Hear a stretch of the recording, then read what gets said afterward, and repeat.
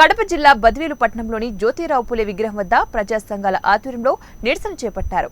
ఈ సందర్భంగా పూలే సావిత్రిబాయి పూలే విగ్రహానికి పూలమాలలు వేసి పూలే మహాత్మునికి బద్వేలు పట్టణంలో బీసీ భవనానికి ప్రభుత్వం స్థలం ఇప్పించినందవలసిందిగా వినతి పత్రాన్ని ఇచ్చి ప్రార్థించారు. ఈ సందర్భంగా జాతీయ బీసీ సంక్షేమ సంఘ రాష్ట్ర ప్రచార కార్యదర్శి బద్వేలు గురుమూర్తి మాట్లాడుతూ జనాభాలో సుమారు 50% పైగా ఉన్న 139 కులాలు వెనుకబడిన తరగతుల వారు బద్వేలు పట్టణంలో సమావేశములు శుభకార్యములు చేసుకున్నటకు అనువైన ప్రభుత్వ స్థలం ఇవ్వమని అడుగుతున్నా నేటికి అధికారులు స్పందించకపోవడం చాలా బాధాకరమన్నారు. మరి మనిషికి విద్య ఉంటే గాని శోభించడు.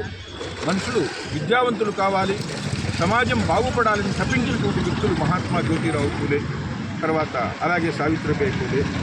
మహాత్మా జ్యోతిరావు పూలే విగ్రహం ఈనాడు నుంచంటే జ్యోతిరావు పూలే ఆశయ సాధన కమిటీ చైర్మన్ ఉంటాయి.